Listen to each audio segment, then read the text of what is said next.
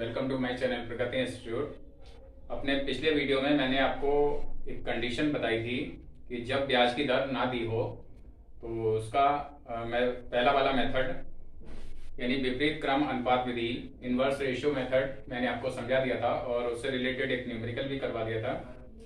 और इसका जो सेकेंड मेथड है यानी गुणनफल विधि यानी प्रोडक्ट मेथड जिसको इंग्लिश में कहते हैं, तो उसको आज हम लोग पढ़ेंगे। प्रोडक्ट मेथड का यूज कब किया जाता है, गुणनफल विधि का प्रयोग कब किया जाता है, जब या तो किस्तों की राशियां असमान हो यानी जो अमाउंट ऑफ इंस्टॉलमेंट है वो अलग अलग हो। जैसे फर्स्ट इंस्टॉलमेंट 2000 की है, सेकेंड 3000 की है, तो अलग अलग अमाउंट्स अगर हैं इंस्टॉलमेंट की तो तब भी हम गुणनफल विधि का प्रयोग करेंगे। इस चीज के लिए जब ब्याज की दर ना दे रखी हो।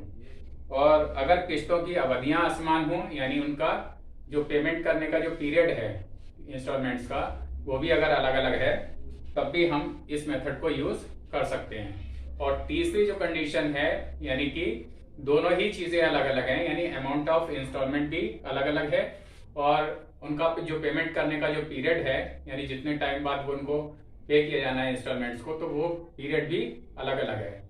जैसे कि कोई 4 मंथ्स के बाद पे किया जा रहा है, कोई 6 मंथ के बाद पे किया जा रहा है सेकेंड इंस्टॉलमेंट, उसके बाद कोई 8 मंथ्स के बाद किया जा रहा है। तो इस तरह से अगर उनका पीरियड भी अलग अलग है और अमाउंट ऑफ इंस्टॉलमेंट भी अलग अलग है तब भी हम इस गुणनफल विधि को यानी प्रोडक्ट मेथड को यूज कर सकते हैं। अब इसमें कैसे इंटरेस्ट को एनालाइज करते हैं, कैसे इंटरेस्ट को कैलकुलेट करते हैं, तो उसके लिए हम लोग एक छोटा सा एक न्यूमेरिकल लेते हैं और उसमें बता रखा हुआ है। पहले तो दिया हुआ है डेट ऑफ एग्रीमेंट दे रखा है 1 जनवरी 2014। Cash price of the machine 30,000 rupees दे रखी है और पेमेंट टू बी मेड यानी पेमेंट किस किस तरह से करना है, तो उसमें कह रहे हैं 7,000 ऑन डिलीवरी यानी जब मशीन की सुपुर्दगी दी जाएगी तब 7,000 देना है। और सेकेंड अब जो इंस्टॉलमेंट है वो पहली इंस्टॉलमेंट है 5,000 रुपीज की और वो देना है 4 मंथ्स के बाद। इसके बाद जो सेकेंड इंस्टॉलमेंट देनी है वो 10,000 रुपीज की है और वो आफ्टर 6 मंथ्स यानी 6 महीने के बाद देनी है। और थर्ड इंस्टॉलमेंट जो है वो उसका अमाउंट 10,000 रुपीज है और वो आफ्टर 12 मंथ्स यानी 12 महीने के बाद उसको दिया जाना है। तो इस तरह से जो पेमेंट किया जा रहा है तो उसका टोटल है 32,000 रुपीज यानी HPP hire purchase price is 32,000 rupees. अब हमको कैलकुलेट इसमें क्या करना है, calculate the amount of interest included in the instalments. Instalments में जितना इंटरेस्ट इंक्लूड है उसको हमें कैलकुलेट करना है। तो शुरू करते हैं इस क्वेश्चन को। सबसे पहले तो हायर परचेज प्राइस लिख लेंगे, कितना है higher purchase price. Higher purchase price ये हमारा 32,000 है जैसा कि क्वेश्चन में दे रखा हुआ है। पेमेंट का के माध्यम से पेमेंट के जैसा जैसा बताया उसका हमने टोटल किया तो वो 32,000 रुपीज आ रहा है, वो हमारा हायर परचेज प्राइस हो जाएगा। Cash price, cash price of the machine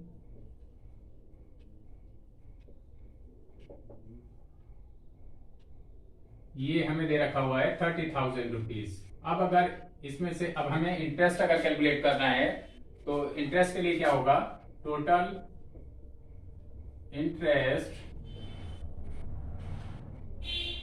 will be HPP यानी higher purchase price minus cash price और ये हो जाएगा 32,000 rupees minus 30,000। It means rupees 2,000 will be the total interest which is included in the all installments। सभी किस्तों में ये ब्याज जुड़ा हुआ है। और अब हमें कैलकुलेशन ऑफ इंटरेस्ट निकालनी है कि हर इंस्टॉलमेंट में कितना कितना इंटरेस्ट इंक्लूड है।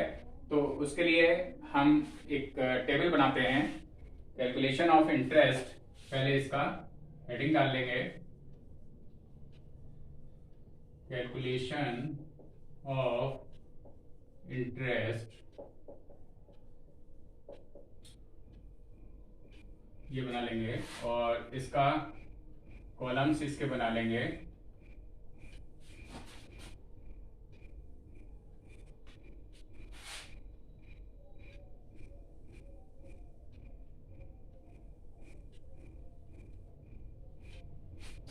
पहला कॉलम बन जाएगा इंस्टॉलमेंट नंबर,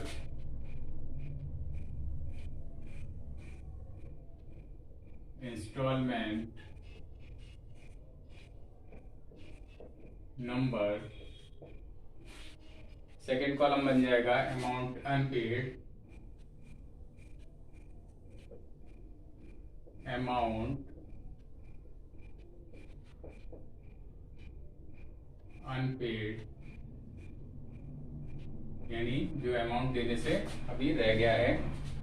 और इसके बाद है पीरियड, मंथ में, पीरियड मंथ्स में भी रखा हुआ है इस क्वेश्चन में। नेक्स्ट हमारा बन जाएगा ये प्रोडक्ट का कॉलम,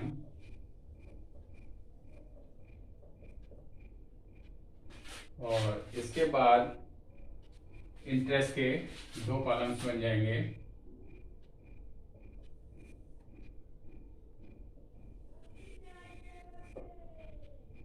इंटरेस्ट,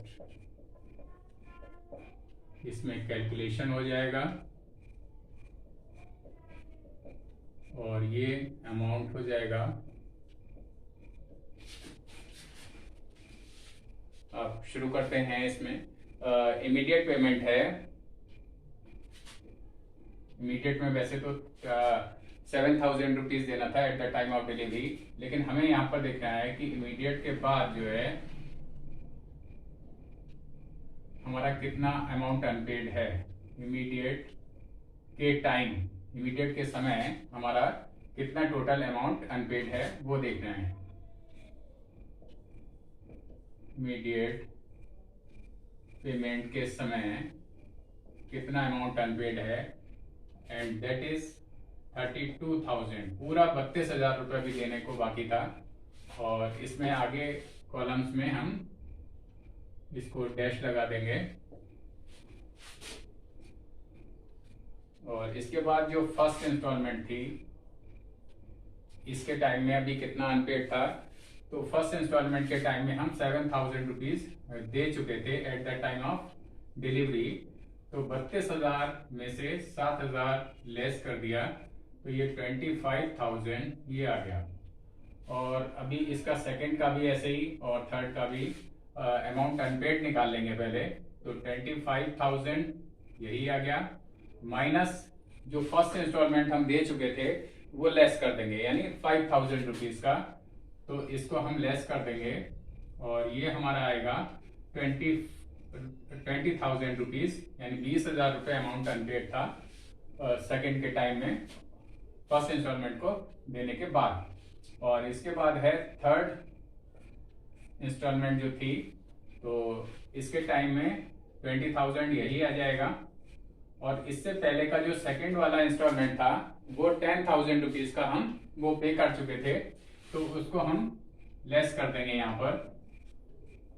तो ये हमारा बैलेंस बचा था थर्ड के टाइम में, थर्ड के इंस्टॉलमेंट के समय में हमारा 10,000 रुपीज का अमाउंट अनपेड बचा था। अब इसके बाद हम पीरियड को कैलकुलेट कर लेंगे, यानी मंथ्स को। तो पहले तो इसमें तो डैश आ गया, और ये वाला इंस्टॉलमेंट देना था 4 मंथ्स के बाद, और इससे नेक्स्ट वाला जो है हमें 6 मंथ्स के बाद देना था। तो 6 में से ये वाले 4 लेस कर देंगे, तो दैट विल बी 2 मंथ्स, ये आ गया हमारा। और थर्ड वाले में पीरियड कैसे निकालेंगे, जो लास्ट वाली इंस्टॉलमेंट है यानी 12 मंथ्स के बाद जो देनी है, उसमें से ऊपर का जो 6 मंथ्स वाला है वो लेस कर देंगे। तो ये हमारे आ जाएगा 12 - 6 इक्वल्स टू 6 आ जाएगा। और अब हम लोग क्या करेंगे, इसका प्रोडक्ट निकालेंगे। तो प्रोडक्ट के लिए ये जो 25,000 है इसका इससे मल्टीप्लाई हो जाएगा, 25,000 का 4 से मल्टीप्लाई हो जाएगा, मीन्स 1 लाख रुपीज ये आ गया। और 20,000 का 2 से कर लेंगे तो 40,000 हो जाएगा। 10,000 का 6 से मल्टीप्लाई कर लेंगे तो 60,000 हो जाएगा। तो इस तरह से हमारा प्रोडक्ट आ गया ये 1 lakh rupees, 40,000 rupees and 60,000 rupees. और इसका अगर टोटल करें तो ये 2 लाख रुपीज हो जाएगा। और अब जो हमारा इंटरेस्ट हमने इस टेबल को बनाने से पहले जैसा कैलकुलेट किया था, तो वो था टोटल इंटरेस्ट हमारा था 2,000 रुपीज।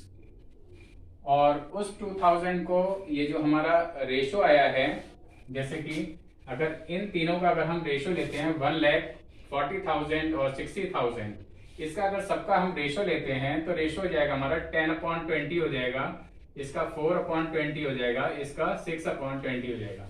कैलकुलेट करते हैं इंटरेस्ट को, तो टोटल इंटरेस्ट हमारा 2,000 रुपीज था, as we have calculated earlier. 2,000 into 10/20 यानी इन सारे रेशो का टोटल। अब इसको सॉल्व करते हैं, 0 0 हो गया, 2 1 1,000 रुपए इसका इंटरेस्ट आ गया। और इसी तरह से 2,000 इसमें से हमने 4/20 कर लेंगे तो 4 1 4, 4 5 20, 5 4 0 0, 400 रुपए इसका इंटरेस्ट हो गया। और इसी तरह से 2,000 का 6/20 अगर करेंगे तो 0 से 0 हो गया, 2 3 6, 2 3 600 रुपीज ये इसका इंटरेस्ट हो गया थर्ड वाले इंस्टॉलमेंट में। और इसका अगर हम टोटल करेंगे तो ये हमारा 2,000 रुपीज आ जाएगा। तो इस तरह से ये एनालिसिस टेबल ये तैयार हो गई। एनालिसिस टेबल क्या, कैलकुलेशन ऑफ इंटरेस्ट, यानी इंटरेस्ट को हमने एनालाइज कर लिया, किस किस इंस्टॉलमेंट में कितना इंटरेस्ट इंक्लूड है वो हमें पता चल गया। और अब हम चाहें तो इसकी एक एनालिसिस टेबल जो बनती है वो हम बना सकते हैं। तो शुरू करते हैं एनालिसिस टेबल। एनालिसिस टेबल, इसमें कॉलम्स बना लेंगे।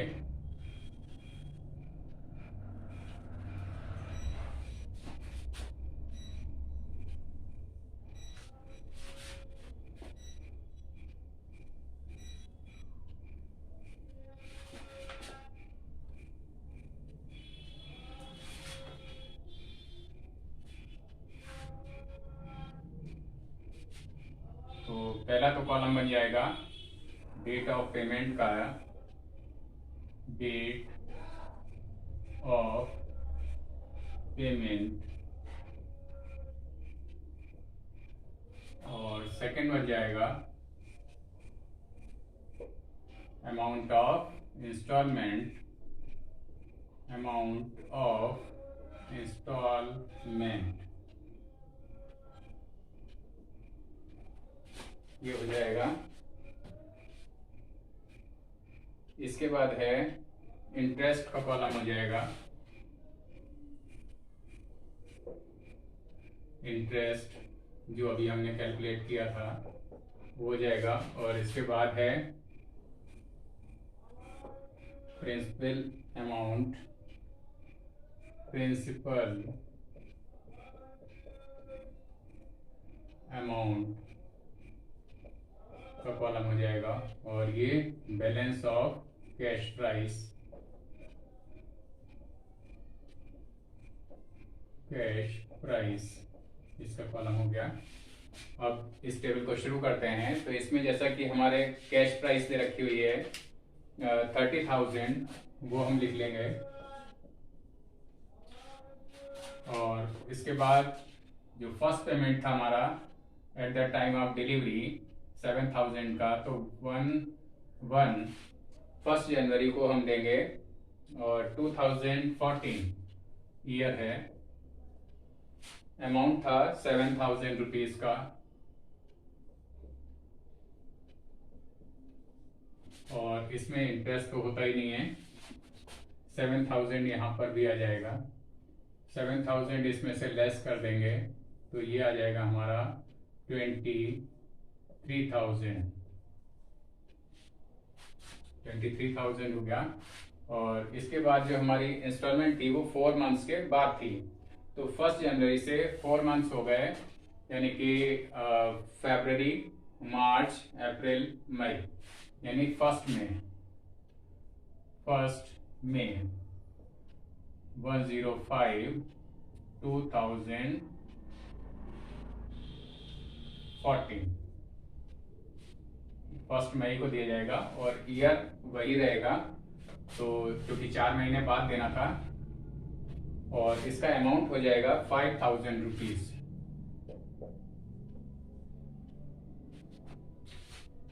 और इसमें अमाउंट हमारा कितना इंक्लूड था फर्स्ट वाले इंस्टॉलमेंट में? फर्स्ट वाले में अमाउंट था हमारा 1,000 रुपीज का, तो इसको लेस कर देंगे, 5,000 में से 1,000 लेस हो जाएगा, तो ये बचेगा 4,000, और 4,000 रुपीज यहाँ पर ये लेस हो जाएगा, तो ये हमारा बचा 19,000 रुपीज का बैलेंस बचा कैश प्राइस का। और इसके बाद जो सेकंड इंस्टॉलमेंट है वो हमारी दी जानी थी 6 मंथ्स के बाद। तो 6 मंथ्स के बाद यानी 1 जनवरी से 6 मंथ्स आगे गिन लेंगे, तो ये हमारा हो गया 1 जुलाई।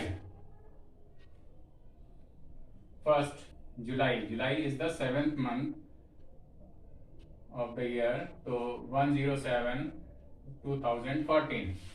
और यहाँ पर हमारा जो अमाउंट था इंस्टॉलमेंट का वो 10,000 रुपीज था। इंटरेस्ट सेकेंड इंस्टॉलमेंट में कितने का था? 400 रुपीज का, जो कि हमने इससे पहले की टेबल में निकाला था।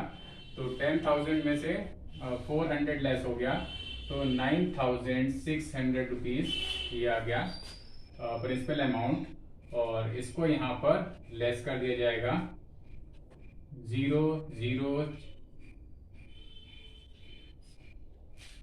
9,400 रुपीज, ये बैलेंस ऑफ कैश प्राइस बचा।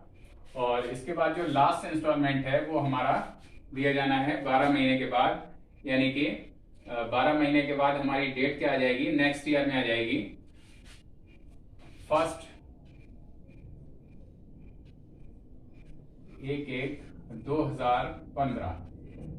1 जनवरी से 2014 से आगे अगर गिनेंगे 12 मंथ्स, तो हमारा 1 जनवरी 2015 आ जाएगा। और इस तरह से चाहे तो उसको 31 दिसंबर भी लिख सकते हैं, 31 दिसंबर 2014 भी लिख सकते हैं, लेकिन चूंकि एक दिन का एडजस्टमेंट करना है तो हम इसको 1 जनवरी 2015 लिखें तो ज़्यादा अच्छा रहेगा। और यहाँ पर 10,000 रुपीज ये आ जाएगा। इंस्टॉलमेंट ये वाला भी 10,000 का ही था, और इसमें इंटरेस्ट हमारा आया था 600 रुपीज का। 600 का इंटरेस्ट आया था थर्ड वाली इंस्टॉलमेंट में। और इसको हम 10,000 में से इस 600 को लेस कर देंगे, तो ये आ जाएगा हमारा 9,400 रुपीज। और 9,400 यहाँ पर इसके नीचे ये लिख दिया जाएगा। और जब इसमें से इसको लेस करेंगे तो ये हमारा balance of cash price will be nil हो जाएगा ये। अब जो ये कॉलम्स हैं उनके हम टोटल करके देख लेते हैं कितना कितना आ रहा है।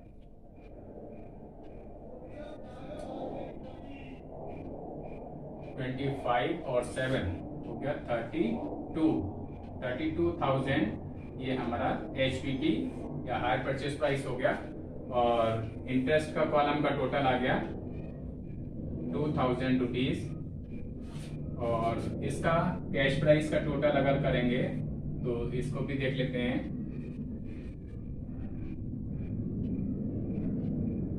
ये हमारा 30,000 रुपीज, 30,000 रुपए आ गया।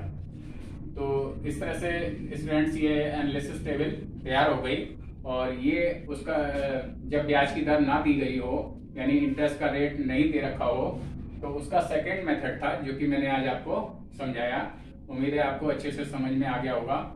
और फिर भी अगर कोई प्रॉब्लम है या कोई चीज़ नहीं समझ में आ रही है तो आप नीचे कमेंट बॉक्स में लिखकर पूछ सकते हैं, या इंस्टाग्राम पे भी फॉलो कर सकते हैं।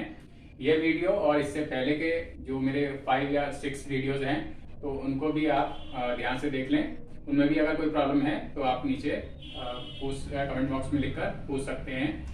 और इन वीडियोस को अपने फ्रेंड्स और क्लासमेट से शेयर करना ना भूलें, उनको भी इसके बारे में जानकारी दें।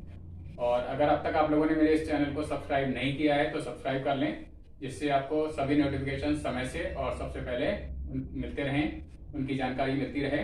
अपने इस वीडियो को मैं यहीं पर एंड करता हूँ। Thank you.